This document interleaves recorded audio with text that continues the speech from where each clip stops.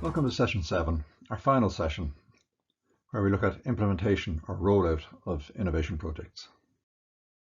In this session, we'll look at the implementation team, whether it's internal or external, and whom it comprises. We also look at the lean methodology, which is always recommended for a new startup or venture. We recommend the use of strategy roadmaps and legal and compliance roadmaps. And at the end, we'll do a final summary of the whole process.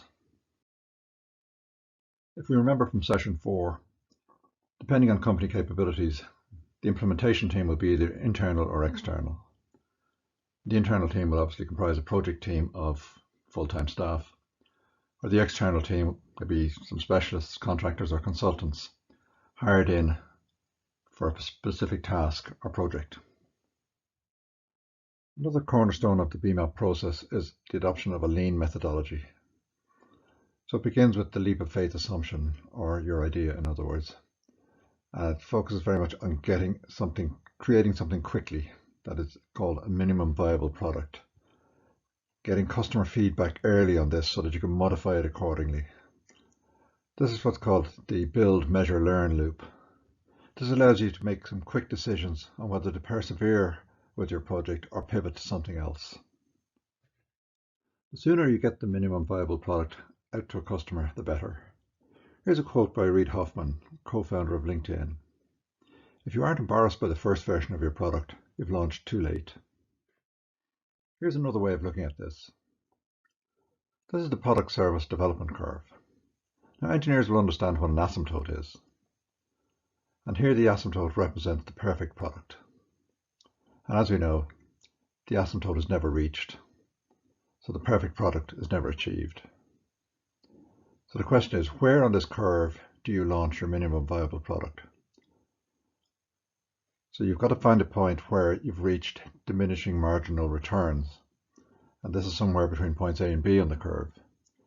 As if you wait until point C, the chances are your funds will have run out or the market may have moved on somewhere else. The downside of the minimum viable product principle is that you can release a product too early and thereby gain a reputation for making shoddy products. And ultimately customers will steer away from you. However, the principle still holds true. Getting a product out early to customers so that you can get feedback and you're not wasting time on creating features that they're not interested in can speed the whole process up. And this can be in the form of a customer survey or questionnaires.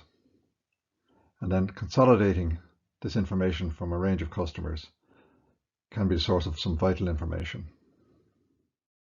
Here again, I'd like to stress the importance of an early customer in that they provide validation for your product and service, and they provide a source of early cash generation, which can be crucial to the success of a project. The implementation or rollout should be governed by two key roadmaps. The strategy roadmap, which is based on the analysis from using all the business tools, and another roadmap called the legal and compliance roadmap, which covers all legal, insurance, compliance requirements that might occur in the project. Both of these should be built into any summary dashboards used by project managers. And our final slide is again a summary of the innovation management process. I call this the what, who and how chart. On the innovation side of the process, the innovation team takes the idea from the start and takes it right through to the business plan, pitch deck or request for funding. And it does this by using the various tools that we've discussed.